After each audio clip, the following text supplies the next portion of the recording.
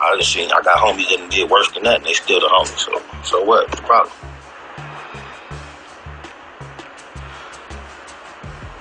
I haven't done music with Lil Easy in some time, man. That's the homie though. Shout out Lil E.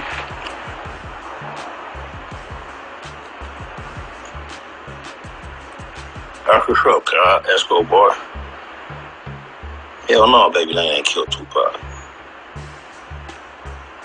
Okay, he sued Game and lost, so what? What's your point? What's happening, baby?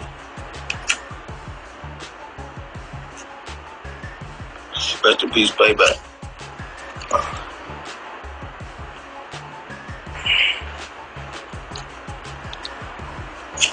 Yeah, we all was.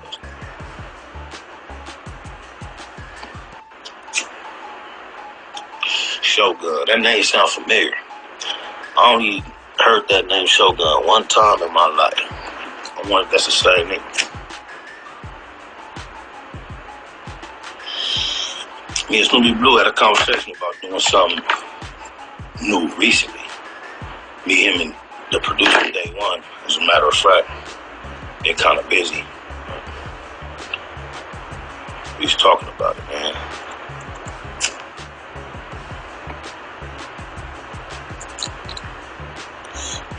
Yeah, Peace Murph hard. Peace Murph one of the hardest niggas to do this shit, nigga. What's my take on? Yeah, it don't make sense, right? Think about it. Exactly. I don't think it makes sense either. So, why is everybody biting into it so I think I have. Yeah, rest in peace, Godfather, man. A G on Real 197. Who that is? That 197, that's Tupac Daddy, y'all, whether y'all know it or not. From my hood. For Death Dope Crip. Got that laboratory coming together. Yeah, man, I got music on iTunes. For sure, Brian.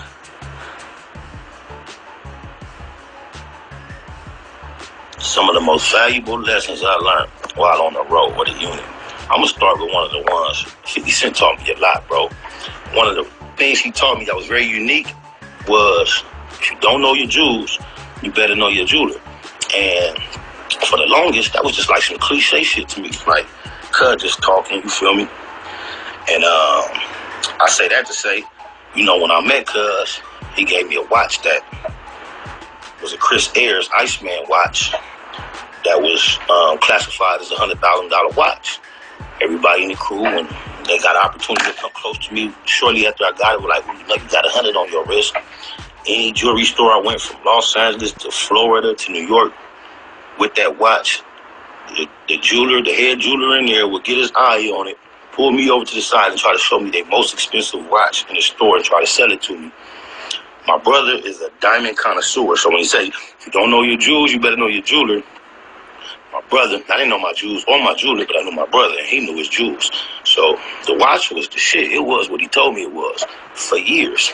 So the motherfucker told time in like 4 or 5 different time zones, and they had like the type of watch. When you go to Chris Ayers' catalog and you look up the timepiece that I actually had, yes, you can see that at times the price goes between 100 and something to $200,000. I've seen the watch price for over $200,000 on his website. So all the time I've been thinking, yeah, I know I got at least a 60 piece on my wrist, a good 50 if I just got the cash out. So it had got like some stones missing. It wasn't telling time. The face was scratched up. We learned it for an everyday watch. So at that time, I used to ask jewelers, can they service it, fix it for me? And nobody really wanted to fuck with it because they'd say that's a custom piece. And they say you probably should let the person who designed it repair it. It had the individual settings.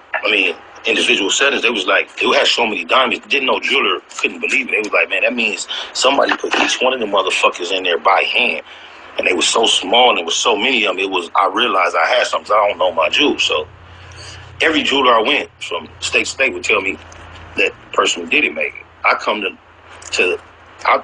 Then I came to the knowledge that the designer of the watch, Chris Ayers, was located downtown Los Angeles. Everything I say, these type of things is definitely researchable. I'll never lie.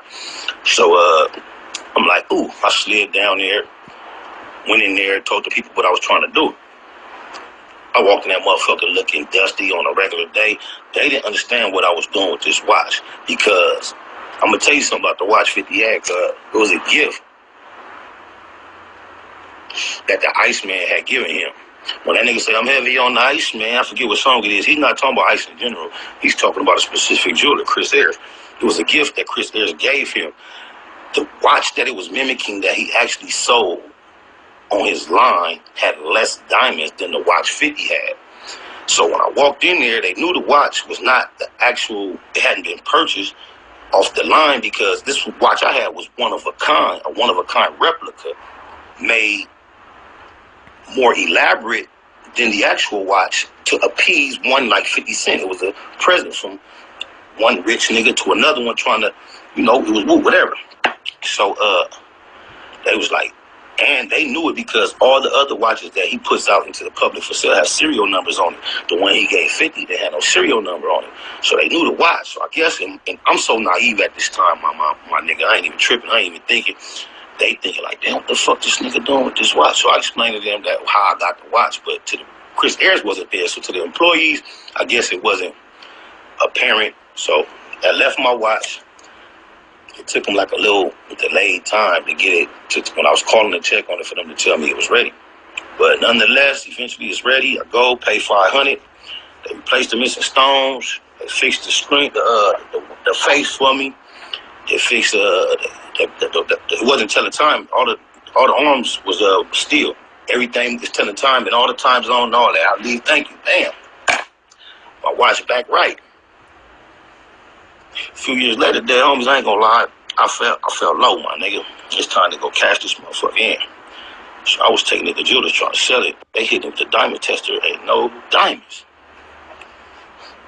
This is years after I got it fucking serviced or repaired by the Chris Ayers people. And I'm like, I ain't tripping. I'm going to different motherfuckers. Bam, these ain't no diamonds. However, they opening the insides of the watch up, and they are amazed by the actual settings in the watch. The way the watch is designed is also on the inside is elaborate. They're really like, whoa, they are very impressed by this watch, but there are no diamonds. So I ain't bamboozled because too many diamond experts have classified this watch as an excellent timepiece. So I'm like in the Twilight Zone, and my common sense is my guide. So I know, you know what I figured out, y'all? You better know you don't know your jewels. You better know your jeweler. When I walked in there with that motherfucking watch, they were so shocked to see me with it. I know they contacted the boy, let him know, hey, yo, I got that watch in here. And guess what? I got my watch back and it had no diamonds in it, y'all. So you want to know one of the coldest lessons I learned from the Rose/G unit? I had to say via 50 Cent. I learned a cold lesson. Don't know your jewels. You better know your jeweler. You was a slick, petty motherfucker for that one, Curtis. Yeah, ho.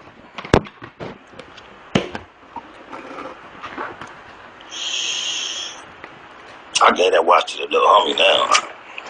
I stopped wearing it because I didn't ever want that nigga to think I was wearing the watch and pictures and shit, not knowing that little hoe shit he had pulled.